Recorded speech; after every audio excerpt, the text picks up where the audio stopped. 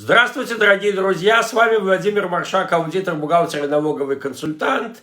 И сегодня мой ролик посвящен новым бизнесам, и бизнесам, которые собираются открываться, и действительно бизнесам, которые находятся в начале пути. Я хочу поговорить о налоговых инстанциях, потому что есть очень много кривотолков и всевозможных заблуждений. На самом деле бизнес, он должен работать с тремя налоговыми инстанциями, с тремя инстанциями. То есть это, значит, МАМ НДС, Мас Ахнаса подоходный налог и Битох Леуми.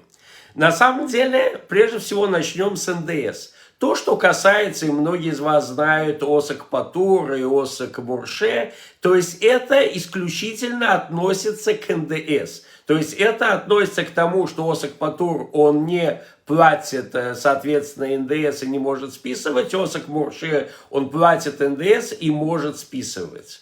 Вот, с точки зрения налоговой Мас Ахнасы нет такого понятия ОСАГ Патур и ОСАГ Мурше. На самом деле существует заблуждение, что ОСАГ Патур, он не должен платить подоходный налог. Это совершенно неправильно. Действительно, небольшие бизнесы Оским Птурим, они не доходят до уровня подоходного налога, потому что у них всевозможных скидок на Кудот Зику у них больше, нежели чем налог, который нужно заплатить. Но, с другой стороны, они не освобождены. Есть ОСАГ Патур, то есть которые платят подоходный налог, и, естественно, люди, которые работают как наемные работники, и у них есть ОСАГ Патур, как правило, платят подоходный налог. Поэтому очень важно понимать, что ОСАГ Патур и ОСАГ Мурше это только связано с НДС. Это не связано с подоходным налогом. Вот. И в случае, значит, многим назначаются мигдамот подоходного налога, то есть платить задатки. И, в принципе, разница между НДС и подоходным налогом в том, что НДС платится раз в месяц, или раз в 2 месяца, я имею в виду ОСАГ Мурше, и все. То есть каждый месяц или 2 месяца платится. Подоходный налог, он работает по-другому. То есть люди, как правило, платят задаток мигдамот, потом подается годовой отчет, и в результате этого годового отчета, то есть люди либо доплачивают, либо получают деньги обратно. И третья инстанция это Битох Леуми. На самом деле Битох Леуми сильно отличается от НДС и подоходного налога. Почему? Потому что оно битох, потому что это страховка.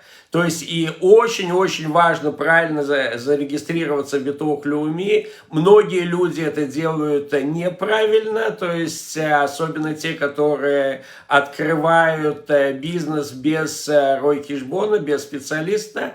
Вот, и вопрос, то есть, когда человек, у него случается какой-то страховой момент, например, то есть, это производственная травма или рождение ребенка для женщины, вот, то при неправильной страховке, неправильной регистрации в Битох Леуми будет либо не выплачивать, либо выплачивать меньше денег, поэтому нужно правильно застраховаться и понимать разницу между Битох Леуми, НДС и налоговой, что Битох Леуми это также это страховка, это не только налоги, которые вы конкретно платите.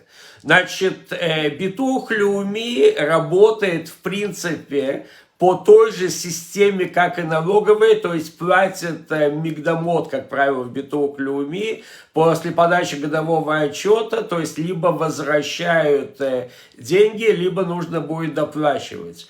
Но опять же, Битох Леуми есть случаи, когда вообще можно индивидуальному предпринимателю не платить Битох Леуми и быть не застрахованным. То есть Битох Леуми на самом деле это наиболее такое серьезная организация, в которой в регистрации которой есть много и много ошибок. Значит, большое вам спасибо за внимание. С вами был Владимир Маршак, аудитор, бухгалтер и налоговый консультант. Ставьте лайки, пишите комментарии. Всего доброго, шаббат шалом вам.